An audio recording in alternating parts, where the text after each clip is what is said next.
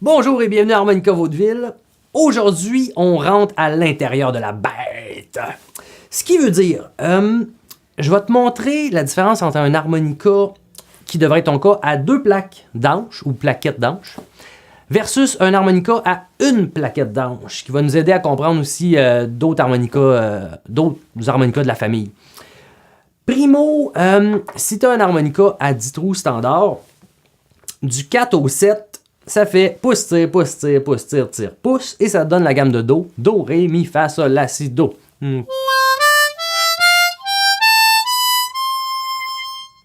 Pour les biens de la cause aujourd'hui, je vais même me rendre jusqu'au 8e trou qui fait Ré, Mi. Donc,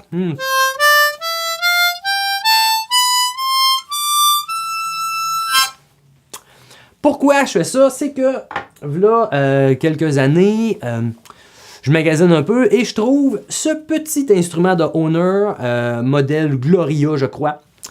Et je prends l'instrument, puis instinctivement, je commence à essayer de voir c'est quoi les notes. Et évidemment, je fais pouce, tire, pouce, tire, pouce, tire, tire, pouce, juste au cas.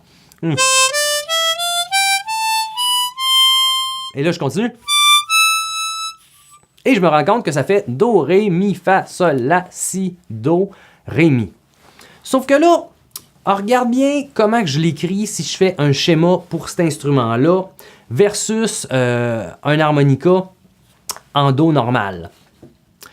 Tu vois que la relation, c'est pas comme si je fais dans le même trou pouce et tire. C'est comme tu pousses un trou et l'autre à côté, je tire. Et l'autre ensuite, je pousse. Et l'autre à côté, je tire. Et ainsi de suite. Cet instrument-là, en fait, qu'est-ce qui est intéressant?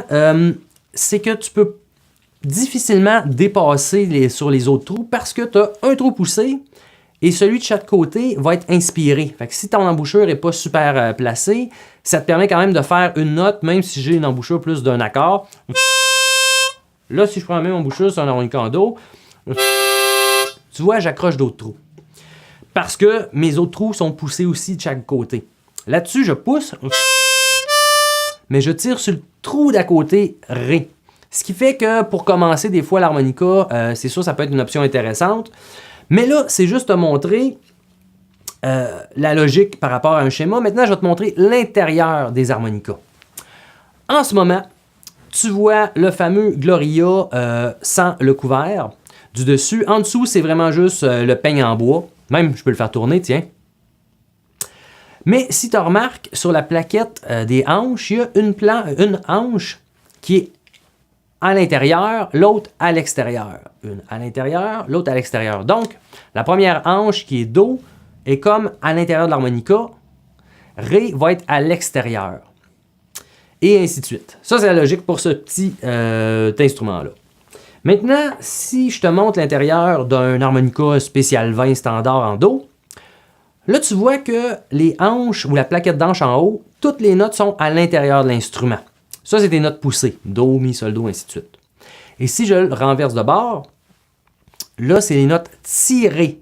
Et tu vois que les hanches sont à l'extérieur. Fait que c'est la même logique que sur le Gloria, sauf au lieu d'avoir toutes les notes sur une plaque, tu l'as ces deux côtés. Ça te permet d'avoir plus de notes pour le même format d'instrument.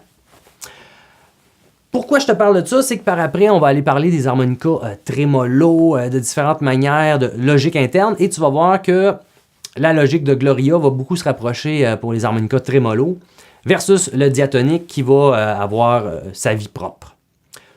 Donc, c'était juste pour te montrer un petit clin d'œil à l'intérieur de l'harmonica. On va bonifier ça, on va aller voir les mécanismes et tout. Mais pour le moment, tu sais déjà qu'il y a des harmonicas diatoniques à une plaque et à 2 plaques. Pars avec ça et on se revoit la prochaine fois.